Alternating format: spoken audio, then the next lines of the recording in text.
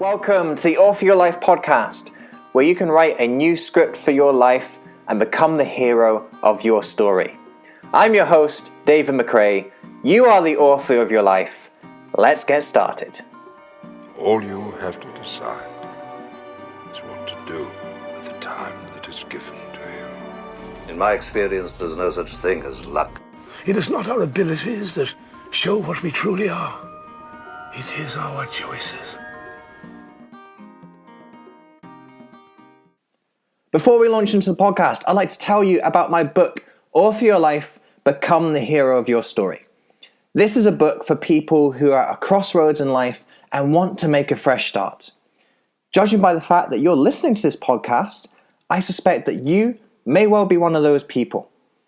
This book is going to help you to change your narrative and rewrite the scripts in life that are holding you back. This book covers the latest science and research showing you how to become the person you want to be and live the life that you want to live. I'd like to invite you to get this book not only because I feel it's a great book that's going to help you, but also it's going to support the podcast as well. I love podcasts, but sometimes all of those ads that you get can be really irrelevant and annoying when you just want to listen to a good piece of training or a good interview. So I therefore made the decision with my podcasts that number one, I wanted my podcast to be free so that everyone could listen to it. And number two, that I wasn't going to fund it through all these annoying and irrelevant adverts and commercials. Therefore, if you want to support the podcast and support all the things that I put out there for free, whether it be here on the podcast, my YouTube channel, other areas on social media, then buying a book is going to enable and help that process. So this is what we call a win-win scenario. By buying the book, you help to support my work and all the free stuff that I put out there, and you also get a really transformational book that's going to help you make those changes that you really want in your life. So if you feel you're someone who's at that crossroads in life, you're looking for a new direction, you're looking for a fresh start, then make sure you get this book.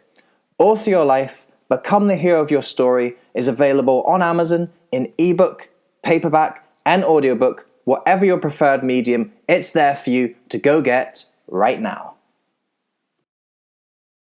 Welcome everyone to this bonus day that we have of the year. This year, you get one more day to do what's important to you. You get one more day to work on your targets. You get one more day to savor and cherish the time that you are given here on earth. This year, we have a 29th of February once again. It's time to celebrate. And I thought on this day that we get every 4 years, I thought this would be a perfect opportunity to talk about 4-year plans. 4-year plans. And my stimulus and insight and idea for this came from actually a video that I recorded 4 years ago today.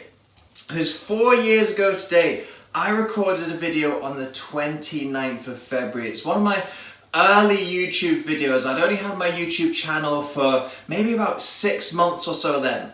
And in that, I'm talking about my journey over the 4 years between 2012 and 2016 and how much had changed in that 4-year period.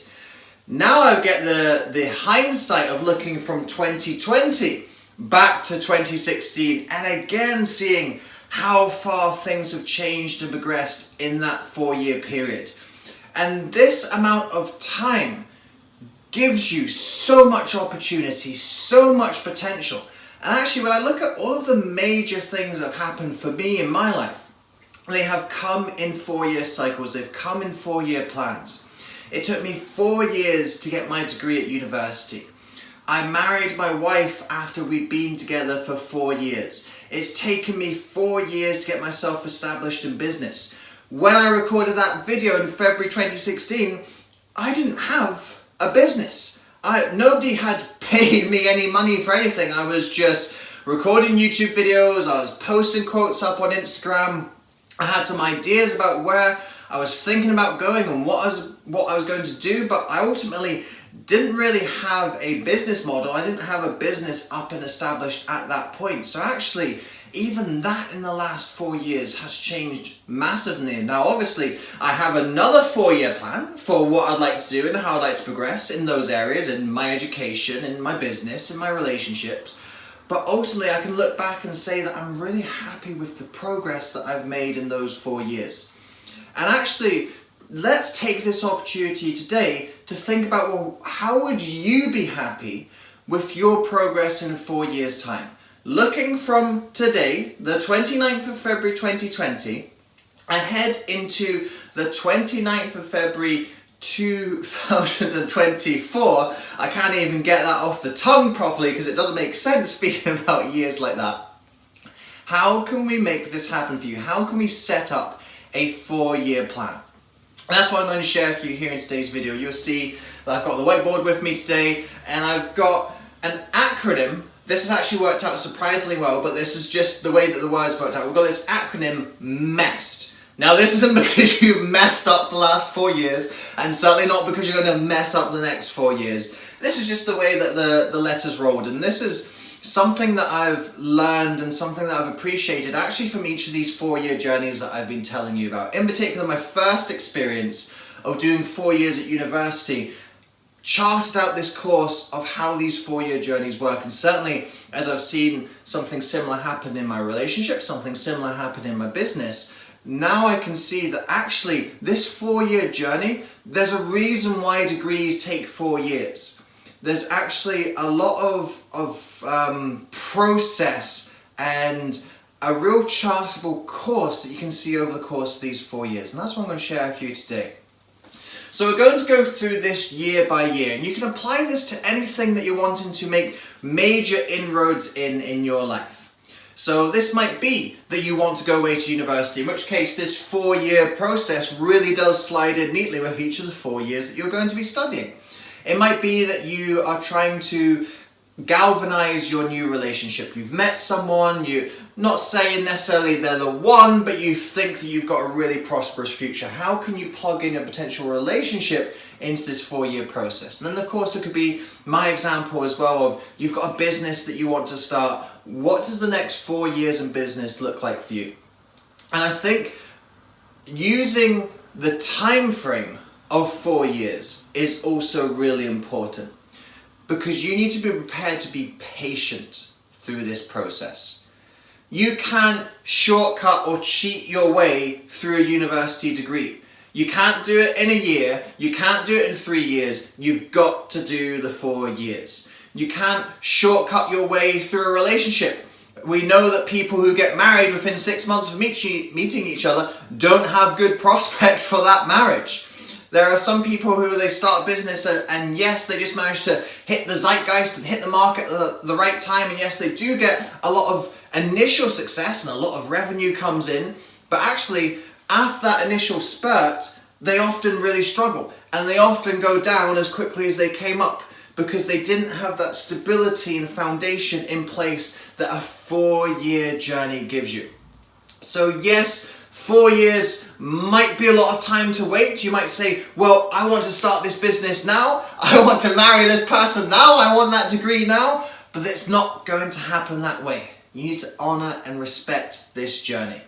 And you can make the most out of this journey through what I'm going to share with you today. How to look at each of the 4 years, because each of the 4 years in this journey are not created equal. Yes, we've got an extra day here in this particular year, but that doesn't make this year a whole lot different to all of the other years in terms of the amount of time that you have. But in terms of where you are going to be in the process, there's a very different perspective and mentality that should be coming into each of these years. These years are not created equal in that respect. If you approach your first year like it's your 3rd year, you're going to struggle. And equally, if you're approaching your 4th year like you're still in 2nd year, again, you're going to struggle. So how does all this work? Well, let's zoom in to the first year of this process. And this is what I often call clueless first year. Because let's face it, when you start on anything new, you don't really have an idea of what's going to happen. You don't have an idea of how it's going to work. And this was something that was certainly very obvious for me when it came to my time at university. When I went away to university, it was the first time I'd lived away from home. I didn't know what living by myself really meant. I didn't know what university really meant. And so for this first year, I was really just trying to find things out. Finding out how to live by myself, finding out how to budget my money, finding out how to feed myself, finding out how to study effectively, finding out how to make the most of my time. So first year is clueless. You don't know what you're doing. And this is exactly how it should be. Embrace your first year. You're not supposed to know everything. In fact, you're not really supposed to know anything. Just go into the process. And the first letter of this acronym, the first word that I really want you to embrace in your first year is that first year is all about... If I lost that down the bottom of the camera, no, I've just fitted it in. First year is all about mistakes. Allow yourself to make mistakes. In fact, celebrate the fact that you're making mistakes, because this is exactly what's going to happen. And I tell you what, mistakes help you learn real fast. I know, not for me, but for some of the folks that I studied with and lived with in first year, they spent way too much money in their first couple months, and they realized, oh God, I don't have enough money, I'm needing to go back to the bank of mum and dad, I'm needing to phone up the student loans company. Their mistake in budgeting taught them for the rest of their time at university not to spend money on stupid stuff. That is a good mistake, and it's a good time to make your mistakes. You don't want to be making mistakes near the end of the journey when there's crunch time, when there's important things on the line, when your grades, your exams, your projects are really important. They count towards what type of degree you're going to get. You don't want to be making mistakes over there. Make mistakes here, when it's okay, when it doesn't matter, when there's nothing on the line. So in your first year of doing anything, allow yourself to make these mistakes and actually celebrate these mistakes, because these mistakes will teach you really fast what you need to learn for the rest of the 4 years. So first year, I often call this clueless first year. Allow yourself to make these mistakes. So then we go into year number 2. Year number 2 I often call curious second year. This is where, as the word implies, you want to start exploring and expanding what you're doing. Exploring and expanding what you're doing. Get curious about what this journey looks like. Get curious about where you're going to be going from this point forward. Because you've done the first year of mistakes, you've done the first year of finding out the basics that you need to just survive along this journey. Now start getting curious about, well, where is this journey actually taking me?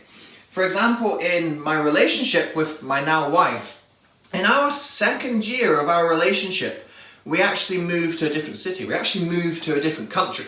Different country in the United Kingdom doesn't quite count so much. We moved from Scotland to England, but still, we moved to another country. We moved to a new city that we'd never been to before. We didn't know anyone there.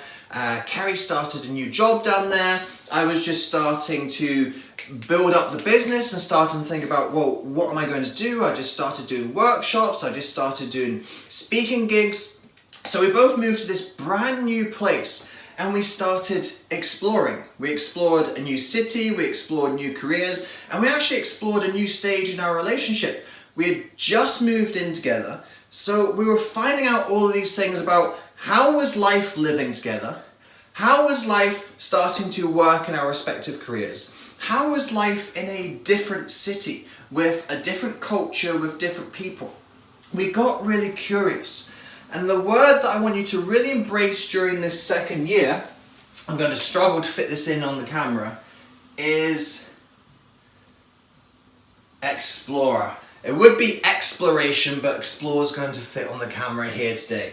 So in your second year, you want to be exploring. Expand your horizons.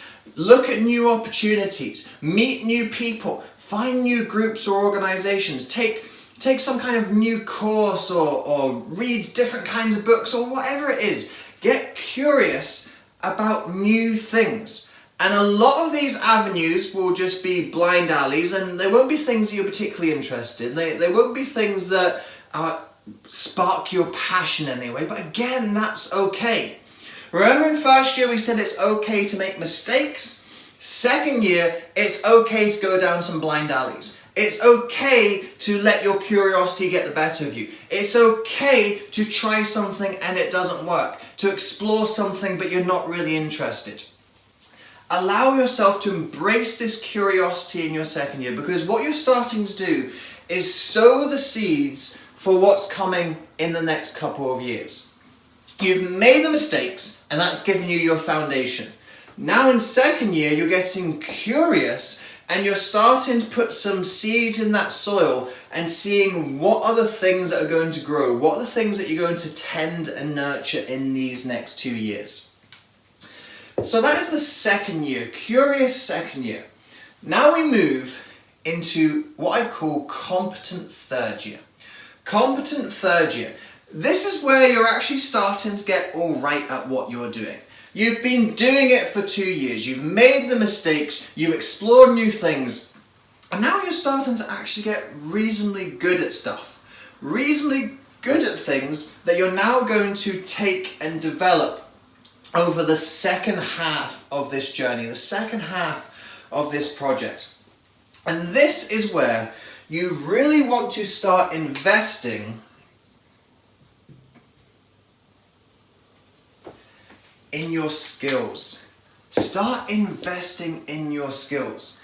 Again, this was something that I found I was having to do in my third year of business. So by this point, I'd got things set up. It actually took me about 18 months to get to Author Your Life.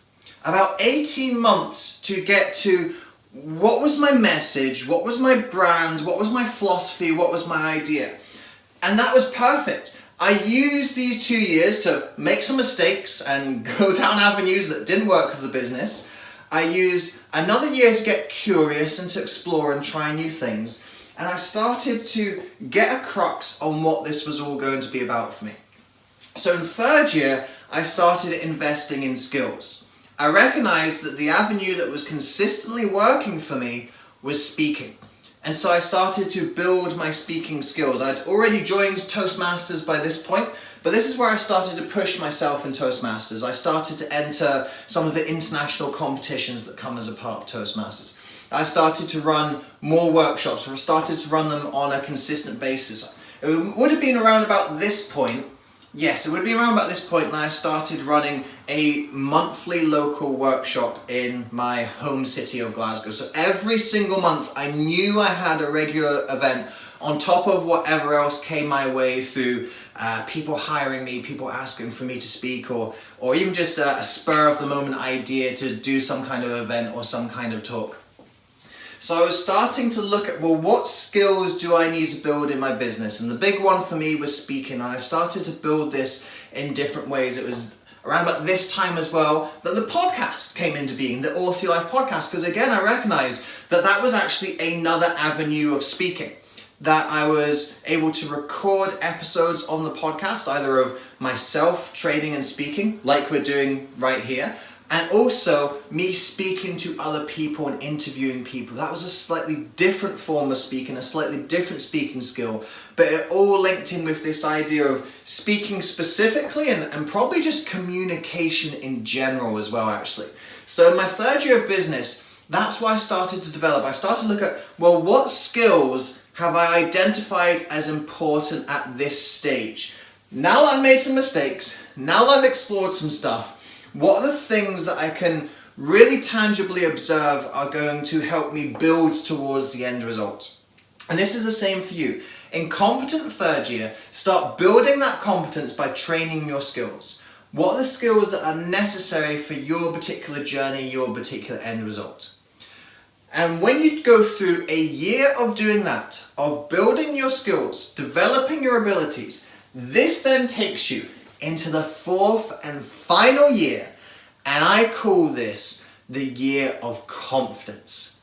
The year of confidence. This is when you're actually confident in yourself and in your abilities to complete this journey, because you've done 3 years of it already. You've made the mistakes, you've explored new things, you've built your skills, and now you know what needs to be done.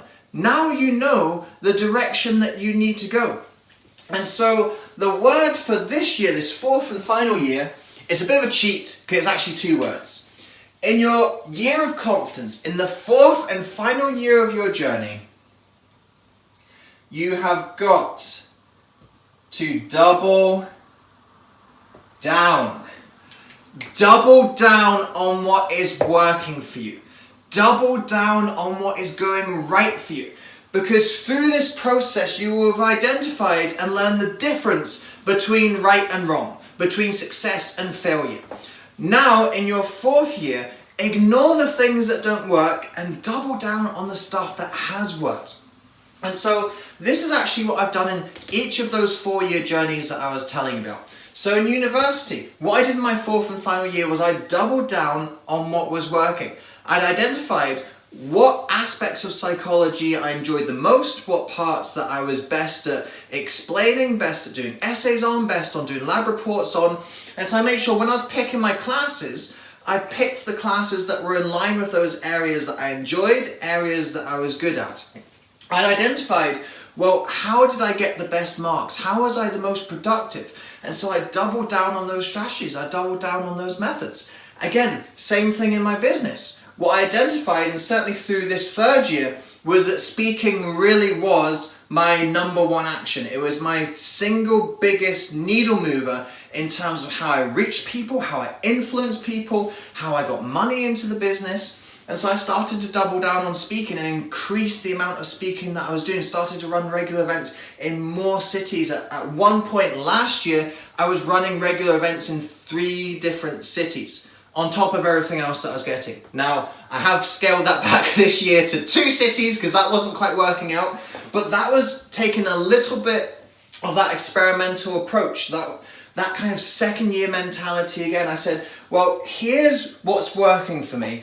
And I'm going to push the envelope there and explore that a little bit more. And yes, it didn't 100% work out, but a lot of the things I started doubling down on are still in place. They've still stuck.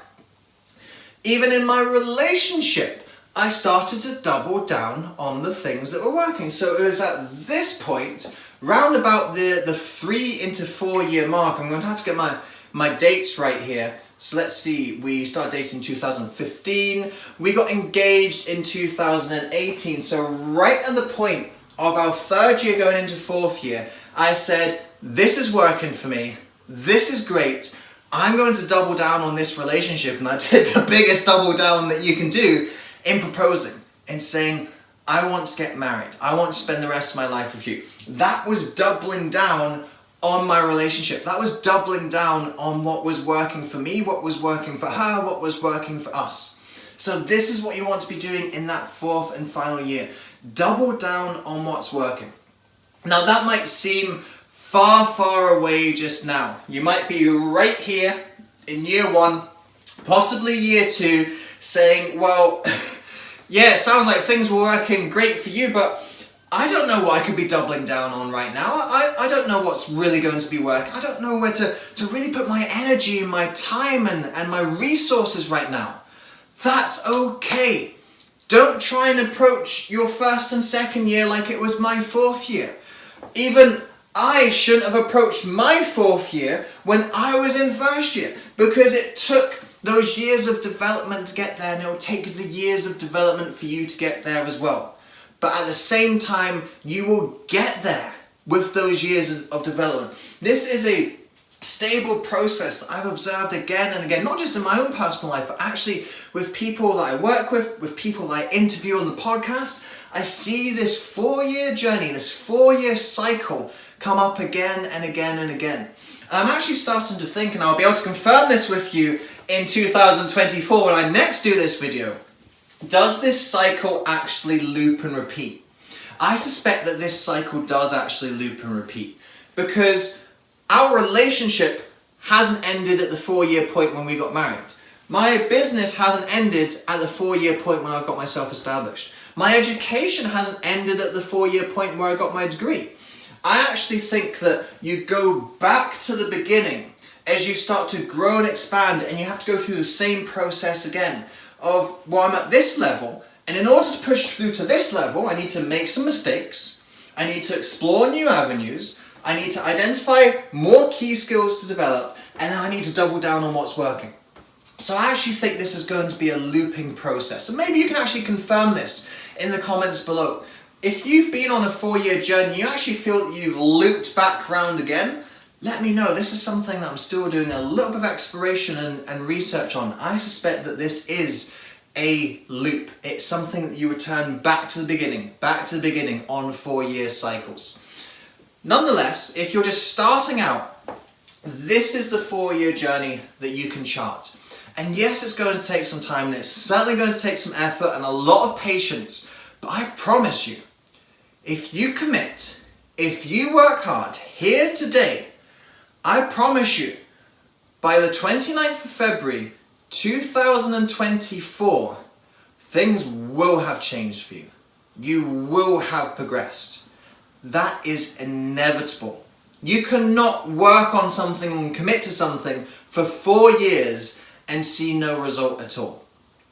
What I hope to have done today is giving you an idea of what to expect over this 4-year journey, how to prepare yourself, and the mentality to approach each year with, because I think this is a really key part of what discourages people and disheartens people in the beginning, is they think they should have this 4th year confidence when they're in their clueless first year. No, you should be clueless. That's good.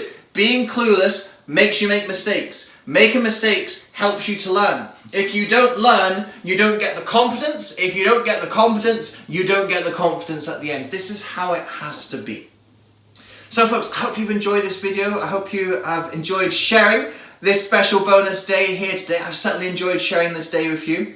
Remember that each and every day you wake up with a blank page. You get to choose what story goes on that page. So why not choose a new story for yourself right here today? And of all days to choose it, why not make it this special bonus day that we have here on the 29th?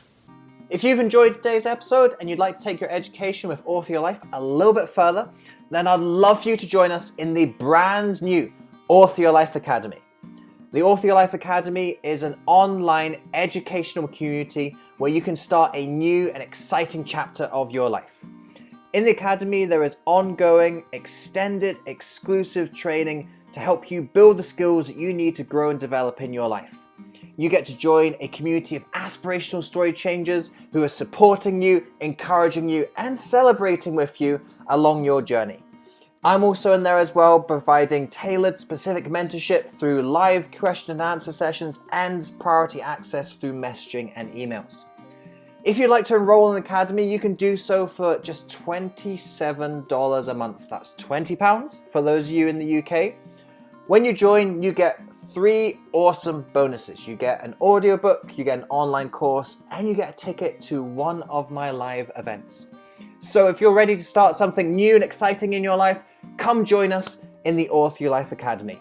You can find out more about how you enroll by going to www.authoryourlife.org/academy. I'd love to see you in there. Thank you so much for listening to this episode. If you enjoyed this episode, I'd appreciate it hugely if you could head over to iTunes and leave a rating and review for the podcast. With your review, please be as honest and detailed as you can be. Because with honest and detailed feedback, that helps me to adapt and grow this podcast to most serve you, the listener. Also, if you enjoyed this episode, then make sure you subscribe to the podcast. That way you aren't going to miss any of the future episodes that we've got lined up for you. Until next time, remember that you are the author of your life. You hold the pen, and you can write whatever script you want for yourself. So go out today and write yourself a beautiful story.